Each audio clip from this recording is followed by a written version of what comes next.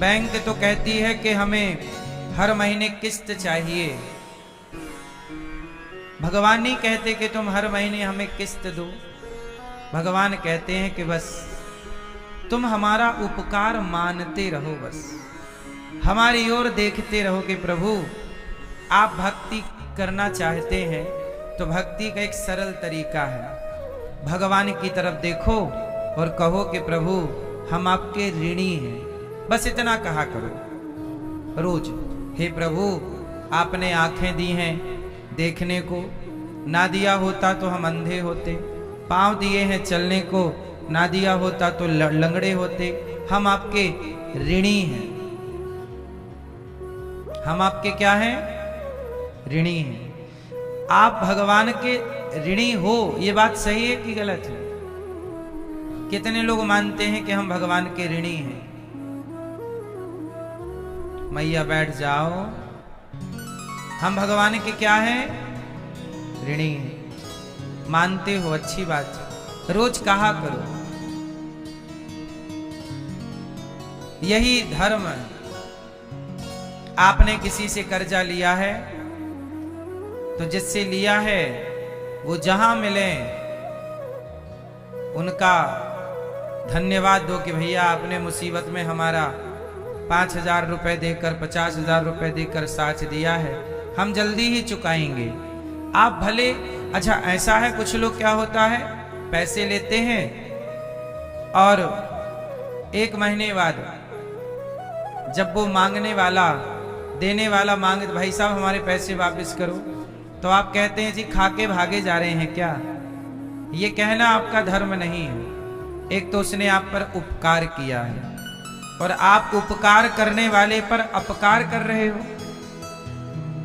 मतलब एहसान फरामोश इसी को कहते हैं। जबकि होना क्या चाहिए कि जिसने आपकी मदद की वो व्यक्ति जहां मिले तो हाथ जोड़ करके उस व्यक्ति का धन्यवाद करते हुए कहो भैया इस महीने हमने आपको पैसा देने का कहा तो था पर व्यवस्था नहीं हुई, हमें कुछ समय और दीजिए, हम जरूर चुकाएंगे। आप इतना कहते रहोगे तो सामने वाले को तसल्ली रहेगी कि ये व्यक्ति ईमानदार है। ये व्यक्ति क्या है? ईमानदार है, बता रहा है कि इस बार नहीं है पर हम देंगे जरूर। उसको तसल्ली हो जाएगी कि हाँ ईमानदार। ऐसे ही ईश्वर को आप रोज कहो कि प्रभु हम आपके ऋणी हैं, आज हम आपका ध्यान नहीं, भक्त आपका नाम नहीं जप पाए, पर प्रभु आज हम आपको एक बार केवल देखने आए हैं, प्रभु आपका दर्शन कर रहे हैं। हे प्रभु आप ही हमारे हो, आपके सिवा हमारा कौन है भला। बस इतना भी आप कहते रहो, हे नाथ हे श्रीमन नारायण आपके सिवा हमारा कौन है, इतना भी कहते रहो तो भगवान समझ लेंगे कि मेरा भक्त ईमानदार है, कम से कम ऋण तो समझ रहा है कि मेरे ऊपर ईश्वर का एहसान है, एहसान फरामोश तो नहीं है, नमक हराम तो नहीं है। इसलिए ईश्वर की ओर देखते रहो और धन्यवाद देते रहो। परमात्मा की भक्ति यही तो है, प्रभु हम आपके हैं आप हमारे हैं, आपके सिवा हमारा कौन है, इतना कहा करो रोज। हे प्रभु हम आपके हैं आप हमारे हैं, और केवल कहा ना करो, ये मानो, भीतर से फील करो कि भगवान ही हमारे हैं, भगवान के अतिरिक्त हमारा। आपको ऐसा लगता है कि आपका कोई है? मैया आपको ऐसा लगता है? ये गलत फहमी यदि आपको है कि मेरे ये भी हैं वो भी हैं, ये गलत फहमी ना पालना। आपका कोई है केवल भगवान। इसलिए श्रद्धा की आंखों से परमात्मा को देखा करो, मंदिर जाया करो, घर पर पूजा किया करो, तो बड़ी श्रद्धा से प्रभु हम आपके टुकड़ों पे पलने वाले हैं। यही श्रद्धा भाव होनी चाहिए। हमारे यजमान जी परीक्षित बन के बैठे हैं, श्री राज सिंह जी, जिनके अंदर अपार श्रद्धा है। हमारी मैया श्रीमती शकुंतला देवी जी राज जी, इतनी श्रद्धा है कि आप वृंदावन आए और केवल अकेले नहीं आए, परिवार के साथ आए, सबको कथा सुनवा रहे हैं। चलो भगवान ने हमें जो दिया है उसका धन्यवाद करके आते हैं। यही ईश्वर का थैंक यू है, धन्यवाद है। प्रभु आपने हमारी इतनी व्यथा सुनी, आपने हमारा इतना कष्ट दूर किया। जब भगवान आपने हमारी इतनी व्यथा सुनी तो हम आपकी कथा क्यों ना सुने। जब भगवान आपकी व्यथा सुनते हैं तो आपको भगवान की कथा नहीं सुननी चाहिए, और जो कथा सुनेगा उसी की ना व्यथा सुनी जाएगी।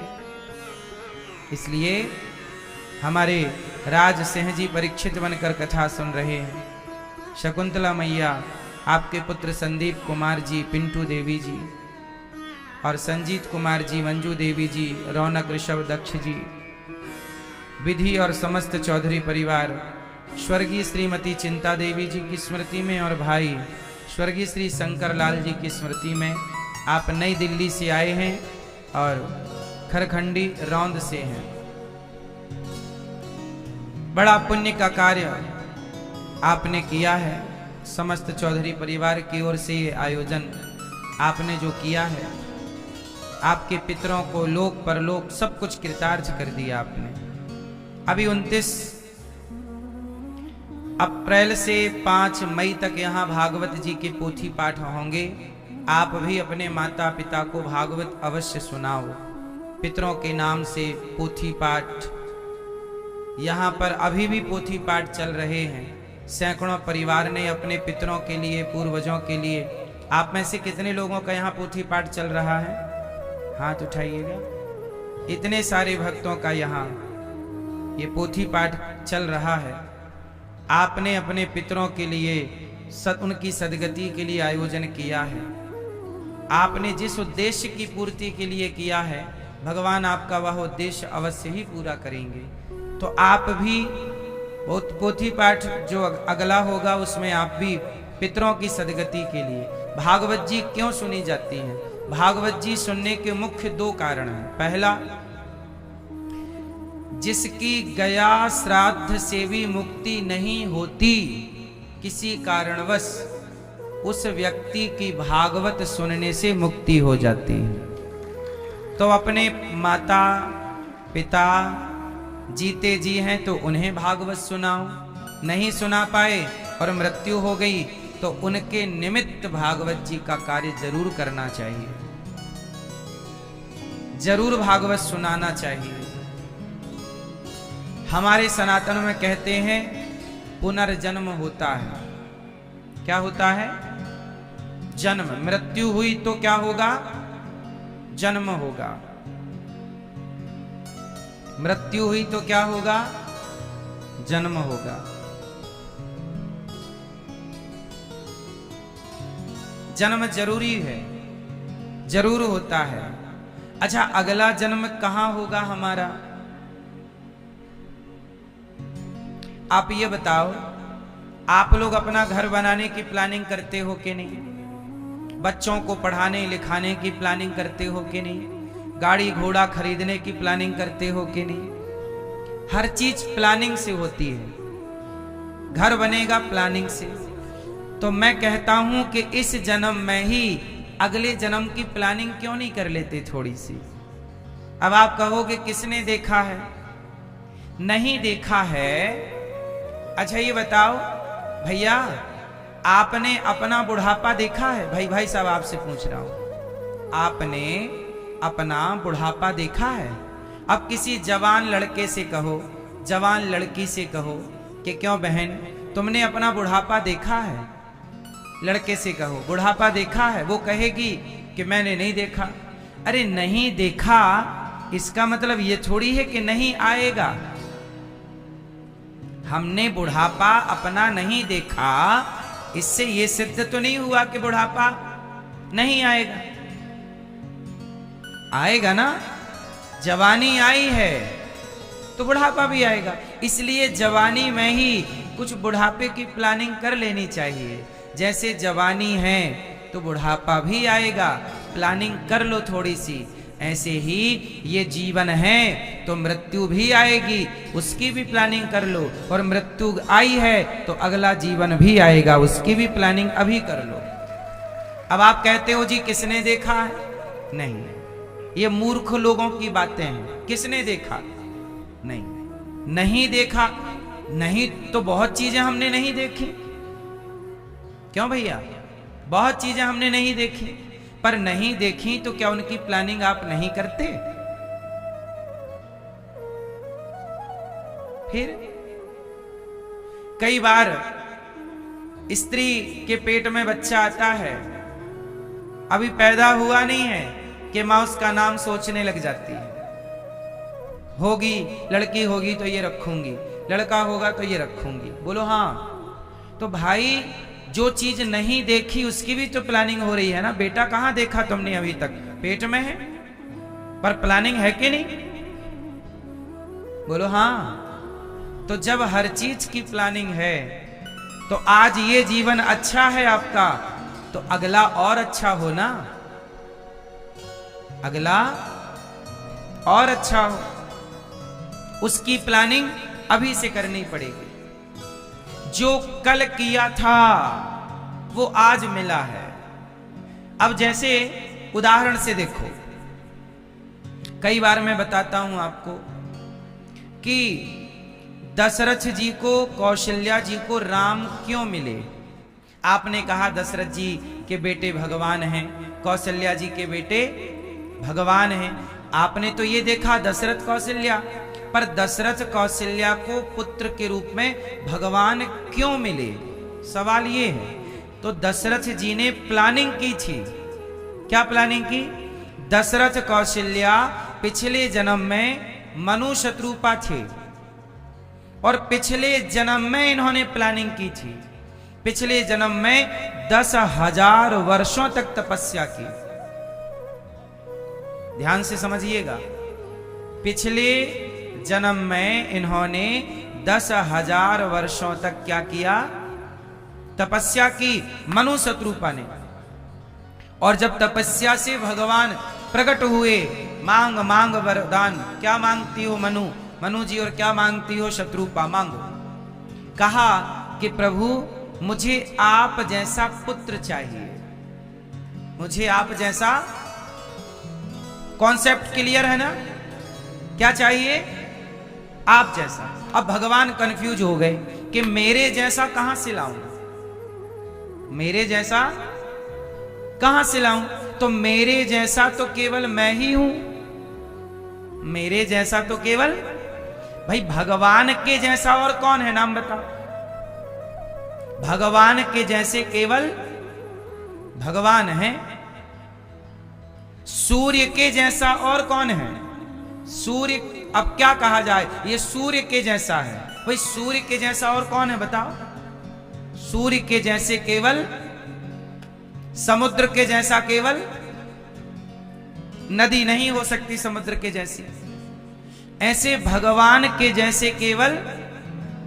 तो भगवान बोले कि माता आपने तो मुझे ही मांग लिया, अगली बार आप कौशल्या और दशरथ बन के प्रकट होंगे, तब मैं आपके इस जन्म के वरदान को अगले जन्म में पुत्र बनकर पूरा करूंगा अवश्य।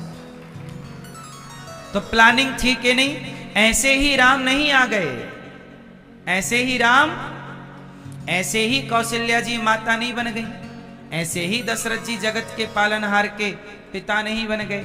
मैं यशोदा माता का भी पूर्व जन्म कथा में सुनाया करता हूं बार बार आपको, कि माता यशोदा ने भी पिछले जन्म में ये धरा थी, त्याग किया, सेवा की, तब ना कृष्ण पुत्र मिले। कई बार कथा हमने सुनाई है आपको। कहने का तात्पर्य ये हुआ कि बिना प्लानिंग के कुछ नहीं होता। मूर्ख हैं वो लोग जो प्लानिंग नहीं करते। हर सफल व्यक्ति, हर सुखी व्यक्ति के पीछे की प्लानिंग होती है। क्या होती है? आपको भी प्लानिंग करनी चाहिए। आज चलो हमारे पास खाने को रोटी है, रहने को घर है, भगवान की कृपा है, पर अगले जन्म में क्या होगा? इसलिए आज से ही जगत का काम भी करते चलो, बेटा बेटी को पढ़ाते चलो, संस्कार देते चलो, यहाँ के लिए भी थोड़ा पैसा जोड़ते चलो बुढ़ापे के लिए। यहाँ का हो गया, फिर भी अब मौत भी तो आ रही है। अब थोड़ा अगला करें, अगली प्लानिंग करते हैं। क्या करें? अगले के लिए एक राजा था,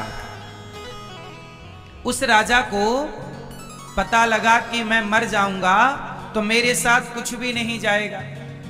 अब राजा बड़ा टेंशन में आया कि भाई मेरे पास तो अपार दौलत है, मेरे पास तो अपार दौलत है, लेकिन इनमें से कुछ भी मेरे साथ नहीं जाएगा।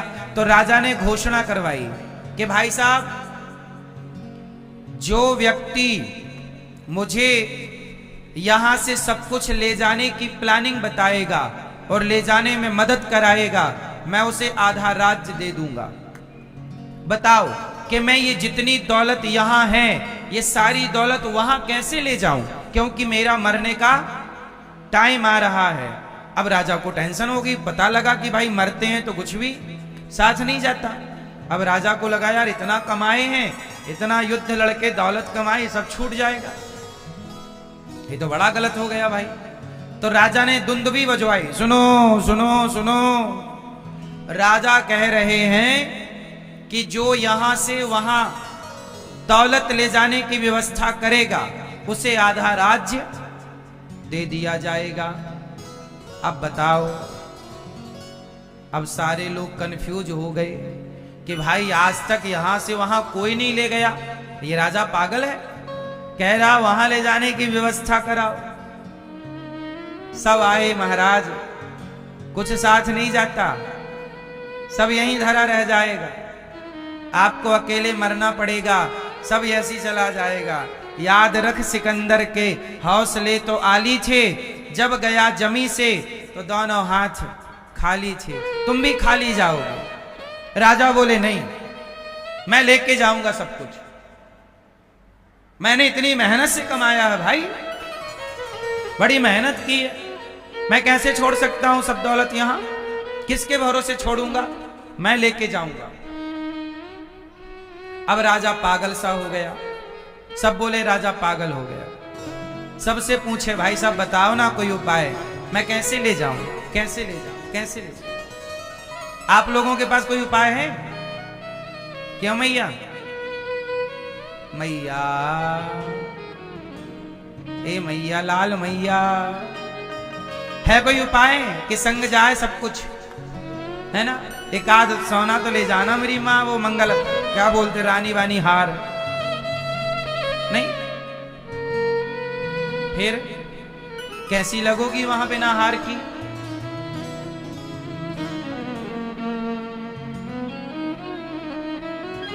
क्यों भैया, आप कुछ ले जाओगे? नहीं, कुछ तो ले जाओ। आदमी ऐसे मर रहा है जैसे सब बांध के ले जाएगा। अब राजा बोला मैं ले जाऊंगा। अब एक संत जी जंगल में तपस्या कर रहे थे। अब सुनो, मैं आपकी व्यवस्था कराता हूं, आप लोग नहीं ले जाओगे ना, लेकिन मेरे पास एक उपाय है कि आप ले जा सकते हैं। हाँ हाँ, मैया लेके जाएंगे। तो सुनो, आप सब लोग ले चलना, मेरे पास प्लान है, अपन लोग ले चलेंगे। सत्संग काय के लिए कर रहे हैं, थोड़ा तो फायदा हो, तो मेरे पास एक प्लान है, सुनाऊं? सुनो। अब राजा कंफ्यूज था, परेशान था। एक संत जी जंगल में थे। राजा, संत जी को पता लगा कि हमारा राजा परेशान है। संत जी आए, नारायण नारायण। राजन क्या हुआ? महाराज मैंने बहुत दौलत कमाई है, पर मैं लेके जाना चाहता हूं, आप कोई उपाय बताओ। संत जी बोले मैं उपाय बताने ही आया हूं। चलो मैं उपाय बता रहा हूं, सुनो। हाँ हाँ महाराज बताओ। संत जी ने कहा ये बताओ, भारत का रुपया भारत में चलता है, भारत का रुपया भारत में चलता है, लेकिन ये रुपया अमेरिका में नहीं चलता, अमेरिका में डॉलर चलता है। आपको वहां जाना है तो इस रुपया का पहले डॉलर बनवाना होगा बैंक से। ये जमा कर दो रुपया अपना पैसा, तो इसके उसकी कीमत के हिसाब का वहां क्या मिल जाएगा? डॉलर। इंग्लैंड जाना है तो वहां पाउंड चलता है, दुबई इत्यादि जाना है तो वहां दिनार चलता है। बोलो हाँ। तो हर देश का पैसा अलग अलग है। बोलो हाँ, हर देश का पैसा। तो संत जी ने राजा से कहा कि जब तुम भगवान के घर जाओगे तो भगवान का घर भी अलग ही है, तो वहां अलग पैसा चलता है। कौन सा चलेगा महाराज? बोले तुम जितना चाहो भगवान के घर ले जा सकते हो। कैसे जाएगा? बोले तुम किसी को, अब ये पैसा बैंक में जमा करो तो डॉलर मिलेगा, तो अमेरिका में काम आएगा। ऐसे ही ये पैसा किसी भूखे को रोटी खिलाओ, किसी की मदद करो, इस पैसे को सेवा में लगाओ, तो सेवा करने से जो पुण्य मिलेगा वह पुण्य का धन तुम्हारे संग चलेगा, वहां पर चलेगा। मैं भी ले जा सकता हूं, आप भी ले जा सकते हैं। हम इस पैसे से जो पुण्य कमाते हैं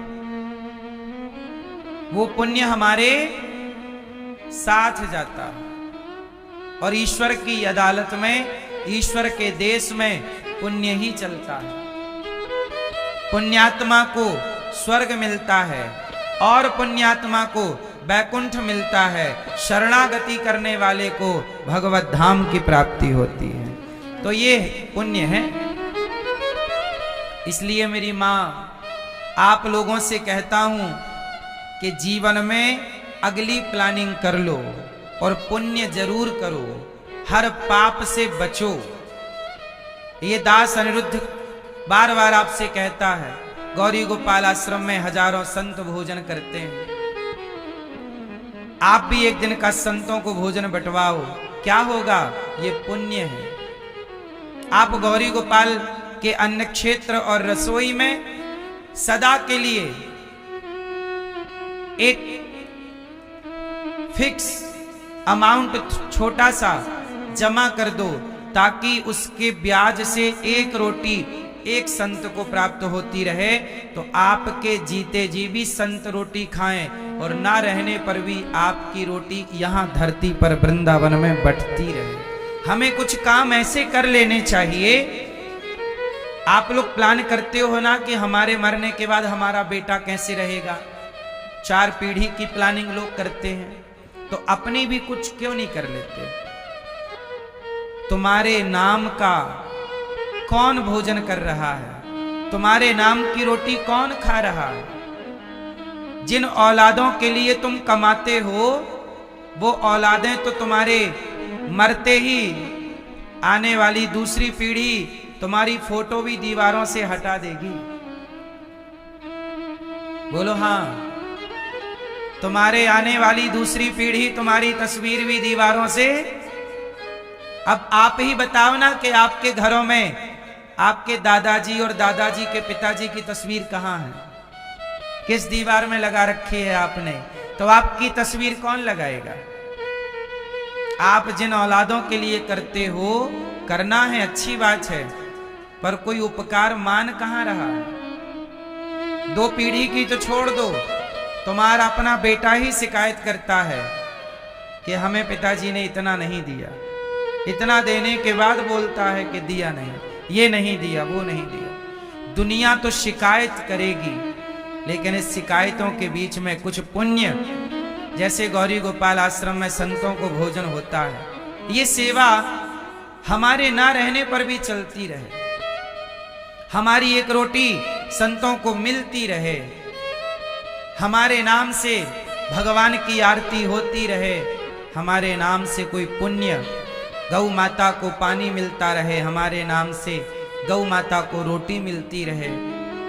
एक छोटी सी सेवा 21,000, 25,000, 50,000, ये छोटी सी राशि गौरी गोपाल भगवान की सेवा में समर्पित करने से यदि आपको जीवन भर आपके ना रहने पर भी इस ब्याज से यदि ये सेवाओं से आप जुड़े रहें तो बुराई क्या है? इसलिए कुछ काम जीते जी करना चाहिए, क्योंकि आपके जाते ही आपके बारे में कौन सोचने वाला है? आपका बेटा एक फॉर्मेलिटी पूरी कर देगा, आप मरोगे तो 13वीं कर देगा। 13वीं भी लोग अच्छे से नहीं करते आजकल। आजकल का बेटा कहां 13वीं कर रहा, सच बताओ? 13 ब्राह्मणों को खिलाना भी लोगों को कठिन हो गया है। बोलो हाँ सही है गलत है? 2 भाई हैं तो लड़ जाते हैं कि 13वीं तू करेगा, इसका खर्चा तू उठाएगा कि मैं उठाऊंगा। तुम्हारी इतनी दौलत है पर 13वीं भी ठीक से नहीं कर पा रहे हैं। तुम्हारी अस्थियां भी वो व्यवस्थित गंगा जी पहुंचाएंगे कि नहीं, तुम्हें भरोसा है या नहीं राम जाने। पर आज की संतान रास्ता भटक रही है, अपने कर्तव्यों से भाग रहे हैं बच्चे। इसलिए हम कहते हैं जीते जी अपने को सब करके चलना है। बच्चे जो करेंगे वो प्लस होता चलेगा। हमें जीते जी कुछ प्लानिंग करनी चाहिए, अच्छे काम। अब देखिए ना, गौरी गोपाल गौशाला में हम साल भर के लिए भूसे का स्टॉक करते हैं, साल भर के लिए। ये प्लानिंग ही तो है। अब आप भी 1 ट्रॉली भूसा यदि गौरी गोपाल गौशाला में देते हैं तो वह 1 ट्रॉली भूसा आप ये समझिएगा कि कई महीने चलेगा, या ये समझ लीजिए साल भर चलेगा, क्योंकि 1-1 ट्रॉली से भरा जाएगा और उसी में से कुछ कुछ निकाल के गायों को रोज खिलाया जाएगा। तो आपकी 1 ट्रॉली का कुछ हिस्सा थोड़ा थोड़ा गाय को रोज मिलेगा। ये साल भर का पुण्य है। तो जरूर हमें गौ माता के लिए 1 ट्रॉली भूसे का, अभी मौसम चल रहा है, आप 1 ट्रॉली भूसा का दान गौ माता के लिए अवश्य करें और आप इन सेवाओं से अपने आप को जरूर जोड़ें। प्रिय भक्तों, हर व्यक्ति को प्लानिंग करनी चाहिए। अपने जीते जी अच्छी प्लानिंग कर लो, आने वाली पीढ़ी के लिए भी और आने वाले जन्म के लिए भी आप बेहतर प्लानिंग कीजिए। जैसे राजा परीक्षित जी को पता चला कि मुझे 7 दिन में मरना है, शाप लगा ना। परीक्षित जी को क्या लगा? इति लंघित मर्यादम तक्षकः सप्तमे हनि, आज से 7वें दिन आप मर जाओगे। परीक्षित जी को, जब परीक्षित जी को पता लग गया कि मैं मर जाऊंगा, तो उन्होंने प्लानिंग शुरू कर दी। क्या किया? क्या करूं, शाप लगा है 7 दिन में मरना, क्या करूं। तब सुखदेव जी आए, संतों की शरण में गए, कहा कि मुझे 7 दिन में मरना है, बताइए मैं क्या कर सकता हूं। संतों ने कहा कि 7 दिन ही बचे हैं और मुक्ति चाहते हो तो केवल भागवत सुनना ही विकल्प बचा है। भागवत सुनिए। तब राजा परीक्षित जी ने भागवत सुनी और 7 दिन में भागवत सुन करके अपने आप को मोक्ष का अधिकारी बना लिया। जबकि शाप से मरने वाला और सांप के डसने से मरने वाले व्यक्ति की जल्दी मुक्ति नहीं होती। सांप का डसा हुआ व्यक्ति जल्दी मुक्त नहीं होता, लेकिन ऐसे सांप के डसे हुए व्यक्ति को भी यदि भागवत सुनवा दी जाए तो उसकी मुक्ति हो जाती है। इसलिए कहता हूं, अपने माता पिता को भागवत जरूर सुनाओ और आप भी बच्चों के भरोसे ना बैठे रहो, अपने जीते जी कर लो। बच्चे उसमें साथ दें आपका, ही अच्छी बात। अपने जीते जी, अपने मोक्ष का, अपनी मुक्ति का जीते जी की प्लानिंग सारी कर ली ना। अब छोड़ी। अब परीक्षित जी तो राजा थे ना, पर शाप लगा तो भागवत सुनी। ये प्लानिंग ही तो थी कि अब 7वें दिन मरना है, तो इन 7 दिनों में क्या करें? भागवत सुनी। जीवन के अंतिम पड़ाव में परीक्षित जी ने भागवत सुनी। हम कहते हैं उस अंतिम पड़ाव का इंतजार क्यों करना है? उस अंतिम पड़ाव में आप चल फिर पाओगे क्या? जब तक चल फिर रहे हो तो आप जीते जी भागवत जरूर सुनिएगा। सुखदेव जी से परीक्षित जी ने कहा, मुझे शाप लगा है गुरुदेव, मैं क्या करूं? तब परीक्षित जी को सुखदेव भगवान ने कहा,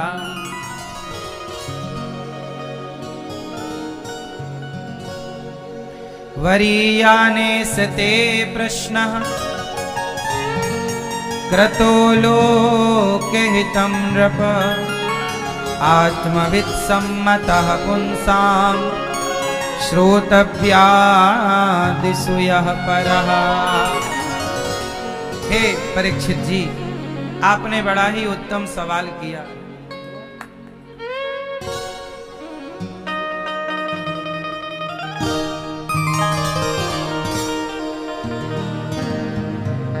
आपने बड़ा ही उत्तम सवाल किया।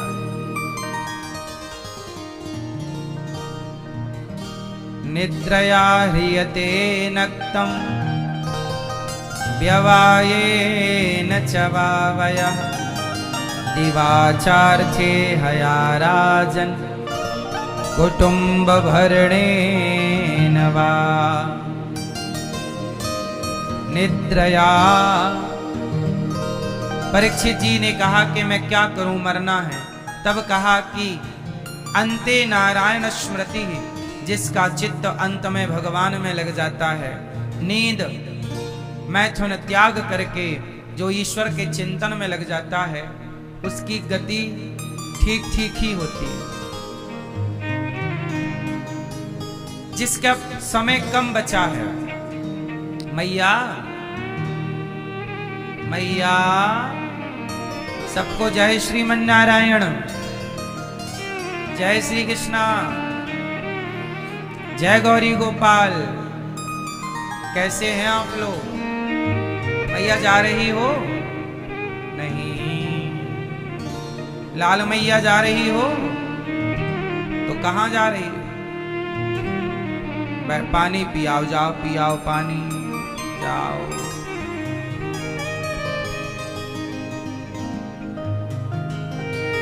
सुनो, सत्यां क्षितौ किं कसिपोः प्रयासैः बाहौ स्वसिद्धेयुपवर्हणैकिं सत्यञ्जलौ किं पुरुधान्यपात्र्य दिग्वल्कलादौ सति किं दुकूलैः। अच्छा ये बताओ, सुखदेव जी कहते हैं कि जीवन में कभी हाय हाय नहीं करना चाहिए। क्या नहीं करना चाहिए? हाय हाय मतलब ज्यादा लालच, ज्यादा लोभ। पैसे कमाने चाहिए, मेहनत करनी चाहिए, पर लालच नहीं करना चाहिए। क्या नहीं करना चाहिए? जोर से। आज संसार में सुखी कौन है और दुखी कौन है? चलो पहले बताओ, दुखी कौन है? जोर से। दुखी कौन? कौन? जिसे बहुत कुछ चाहिए वो दुखी है। और सुखी कौन? कि जितना है हम और मेहनत कर रहे हैं और प्लानिंग कर रहे हैं, पर जितना है हम उतने में खुश हैं, संतुष्ट हैं। ये व्यक्ति सुखी है। सुखी व्यक्ति कौन है? जो संतुष्ट है। तो आप कितने लोगों को सुख चाहिए? सुख चाहिए तो एक ही शर्त है, संतुष्ट। क्या होना है? अच्छा ये बताओ, मछली किनारे क्यों आती है? बोलो। मछली को लगता है किनारे जाएंगे खाने को ज्यादा मिलेगा, और आती है और वहां एक कांटे में मांस का टुकड़ा फंसा रहता है। आती है उसे, अच्छा ये मांस, गप, वो गप किया तो कांटा चुभ जाता है, मछुआरा उसे पकड़ लेता है। मछली मारी गई किसके कारण? जोर से, जोर से। लालच के कारण। मक्खी गुड़ में गड़ी रहे, पंख रहे लिपटाए, और हाथ मलहे और सिर धोने, लालच बुरी। कभी लालच नहीं करना चाहिए। कोई आपसे कहे कि मैं तुम्हें 50,000 दिलाऊंगा, ये चीज बाजार में 1 लाख की है, मैं तुम्हें 20,000 में दूंगा। लालच ना करो। वो चीज सही होती तो सही चीज 1 लाख की 1 लाख में ही मिलेगी। यदि 1 लाख की चीज सोना बाजार में 1 लाख रुपए तोला है माना की, तो वो 1 लाख रुपए तोला ही मिलेगा। अब कोई आपसे कहे कि मैं तुम्हें 50,000 रुपए तोला सोना दिलाता हूं, चलो, तो आप लालच में आओगे। दुनिया में कहां 50,000 रुपया तोला सोना है? यदि दे रहा है और आप लालच में आए तो वो सोना 50 का क्या, 50, 100 का भी, 5,000 का भी ना होगा, वो पीतल होगा। आपको बुद्धू बना रहा।